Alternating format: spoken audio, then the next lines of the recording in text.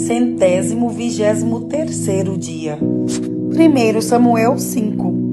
Depois de tomarem a arca de Deus, os filisteus a levaram de Ebenezer para a cidade de Asdod. Eles a colocaram no templo do seu deus Dagom, perto da sua imagem. No dia seguinte de manhã, os moradores de Asdod viram que a imagem de Dagom estava caída de cara no chão, na frente da Arca da Aliança. Então, eles pegaram a imagem e a puseram de volta no seu lugar. No dia seguinte de manhã, viram que ela estava caída de novo na frente da arca. A cabeça e os 2 braços da imagem estavam quebrados, caídos na soleira da porta, somente o corpo estava inteiro. É por isso que até hoje, os sacerdotes de Dagom e todos os que o adoram em Asdod não pisam naquele lugar. E o Senhor Deus castigou duramente o povo de Asdod. Fez com que todo o povo dali e da vizinhança ficasse cheio de tumores. Quando eles viram isso, disseram: o Deus de Israel está castigando a nós e ao nosso Deus Dagom. Não podemos mais deixar que a arca do Deus de Israel fique aqui. Então mandaram que alguns mensageiros fossem chamar todos os 5 governadores filisteus e lhes perguntaram: que vamos fazer com a arca de Deus de Israel? Levem para a cidade de Gate, responderam eles. Então os filisteus a levaram para lá. Mas depois que a arca chegou ali, o Senhor Deus castigou a cidade e pôs medo nos seus moradores. Apareceram tumores em todas as pessoas da cidade, tanto nas mais importantes como nas mais humildes. Então enviaram a arca da aliança para a cidade de Ecrom. Quando a arca chegou lá, o povo começou a gritar: trouxeram a arca do Deus de Israel para cá, eles querem acabar com a gente. Então mandaram que alguns mensageiros dissessem a todos os governadores filisteus: mandem a arca do Deus de Israel de volta ao seu lugar, para que ela não mate a nós e nem as nossas famílias.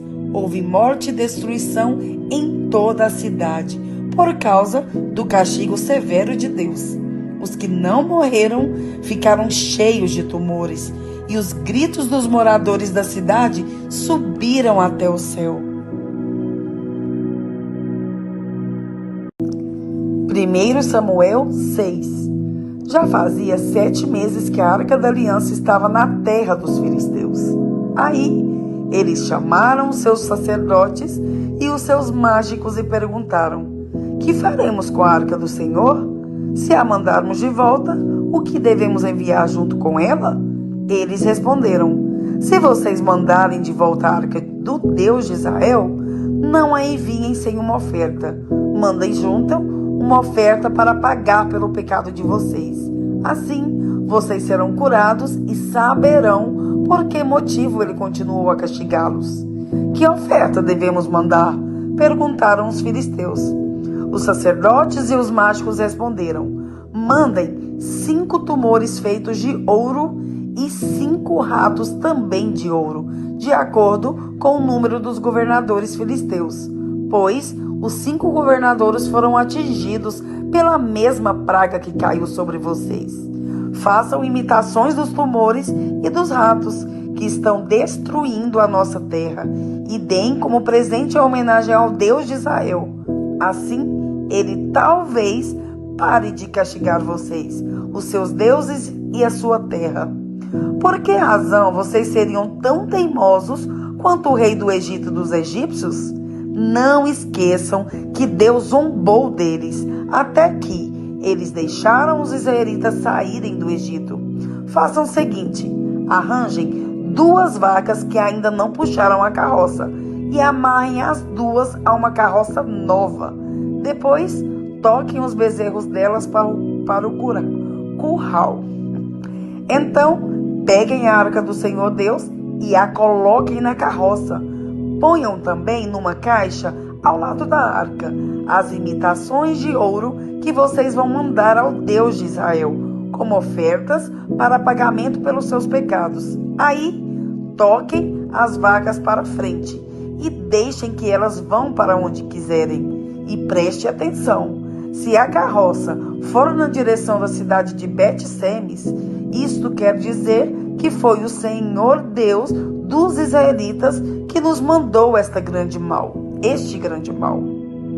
Mas, se isso não acontecer, então quer dizer que não foi ele quem mandou esta praga, e sim que aquela veio por acaso.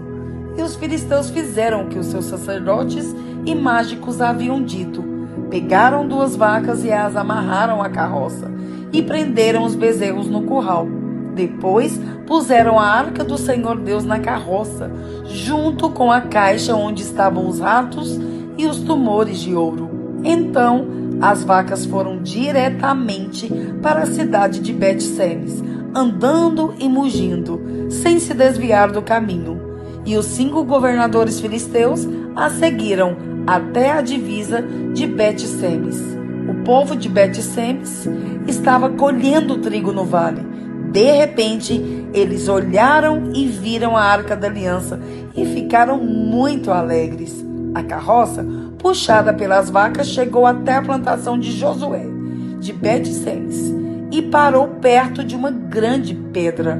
Então, os moradores dali cortaram em pedaços a carroça de madeira, mataram as vacas e as queimaram em sacrifício a Deus, o Senhor.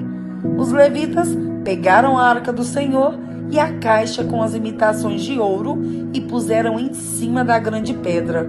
Naquele dia, o povo de Bet-Semes apresentou ao Senhor ofertas que foram completamente queimadas e também sacrifícios de animais.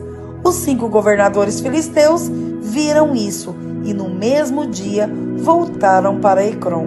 Os filisteus mandaram a Deus, o Senhor, os 5 tumores de ouro como oferta em pagamento pelos seus pecados, um por cidade: Asdod, Gaza, Asquelon, Gate e Ecrom.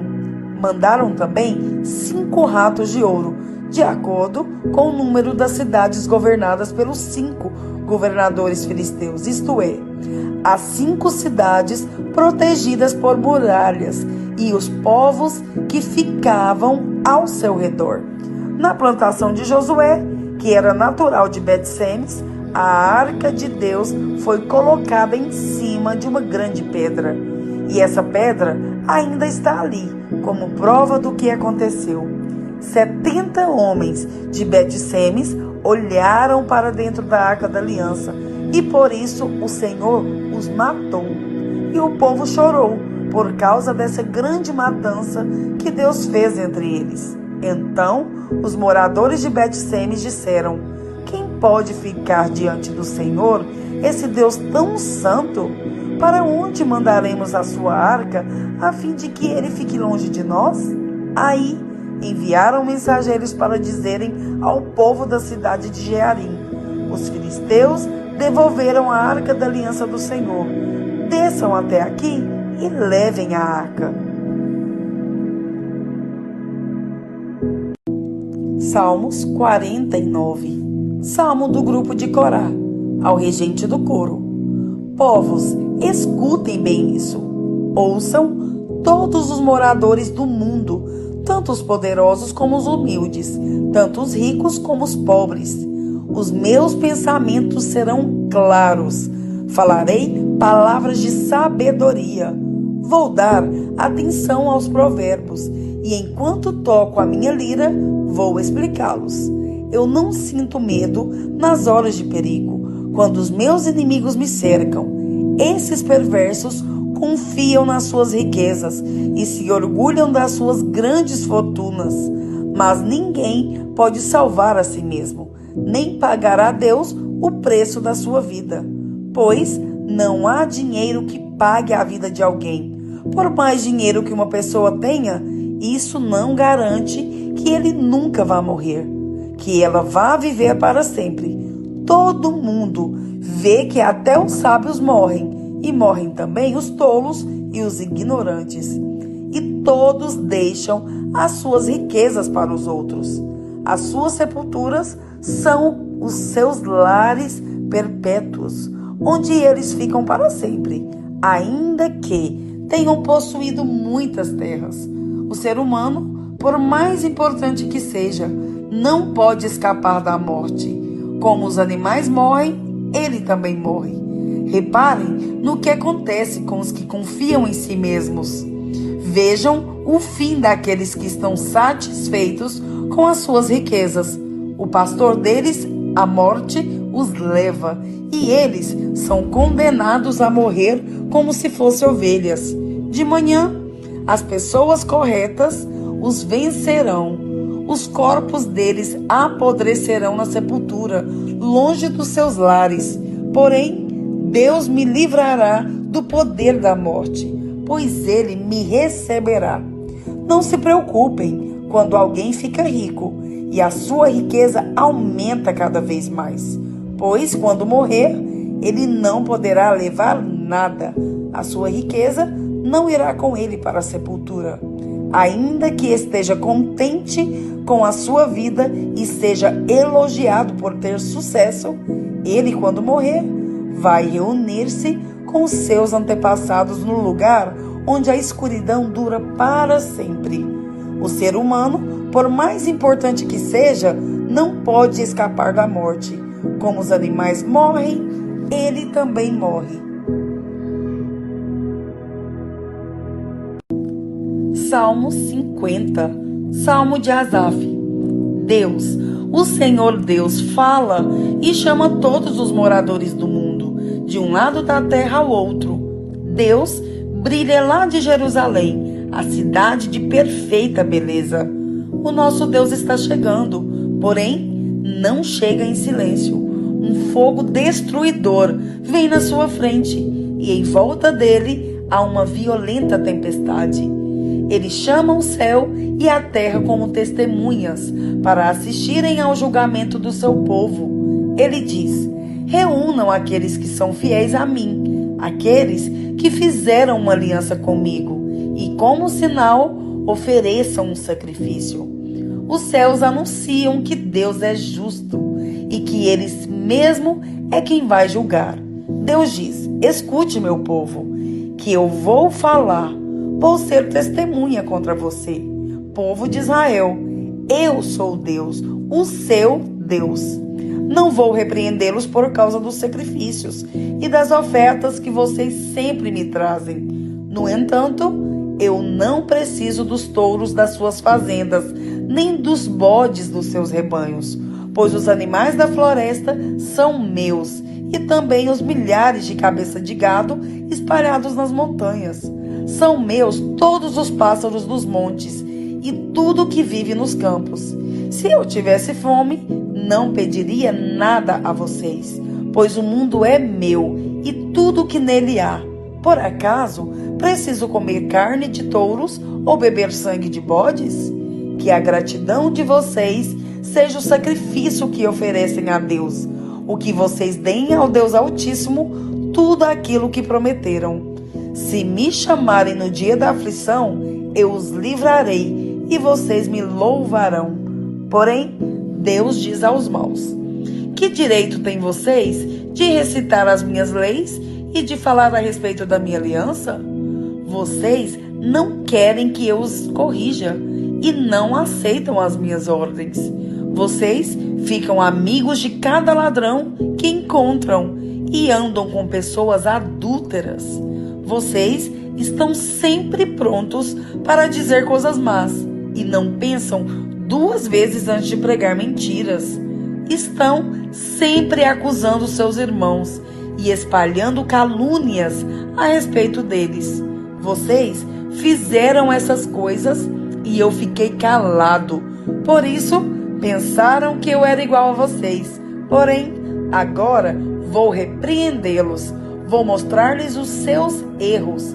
Vocês que esqueceram de mim, pensem bem nisso, para que eu não os destrua, sem que ninguém possa salvá-los. Aquele que me traz ofertas de gratidão está me honrando, e eu salvarei todos os que andam nos seus caminhos. Salmo 51. Salmo de Davi, ao regente do coro. Escrito depois que o profeta Natã falou com Davi a respeito do pecado que este havia cometido com Batseba. Por causa do teu amor, ó Deus, tem misericórdia de mim. Por causa da tua grande compaixão, apaga os meus pecados. Purifica-me de todas as minhas maldades e lava-me do meu pecado, pois eu conheço bem os meus erros e o meu pecado está sempre diante de mim. Contra ti eu pequei, somente contra ti, e fiz o que detestas. Tu tens razão quando me julgas e estás certo quando me condenas. De fato, tenho sido mau desde que nasci. Tenho sido pecador desde o dia em que fui concebido. O que tu queres é um coração sincero. Enche o meu coração com a tua sabedoria. Tira de mim o meu pecado e ficarei limpo. Lava-me e ficarei mais branco do que a neve. Faz-me ouvir outra vez os sons de alegria e de felicidade. E ainda que tenhas me esmagado e quebrado, eu serei feliz de novo. Não olhes para os meus pecados e apaga todas as minhas maldades. Ó Deus, cria em mim um coração puro e dá-me uma vontade nova e firme. Não me expulses da tua presença, nem tires de mim o teu Santo Espírito. Dá-me novamente a alegria da tua salvação e conserva em mim o desejo de ser obediente. Então ensinarei aos obedientes as tuas leis e eles voltarão a ti. Ó Deus, meu Salvador, livra-me da morte e com alegria eu anunciarei a tua salvação. Ó Senhor, põe as palavras certas na minha boca e eu te louvarei. Tu não queres que eu te ofereça sacrifícios. Tu não gostas que animais sejam queimados como ofertas a ti. Ó Deus, o meu sacrifício é um espírito humilde.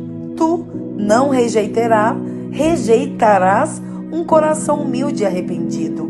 Ó Deus, com a tua bondade, ajuda Jerusalém e constrói de novo as suas muralhas.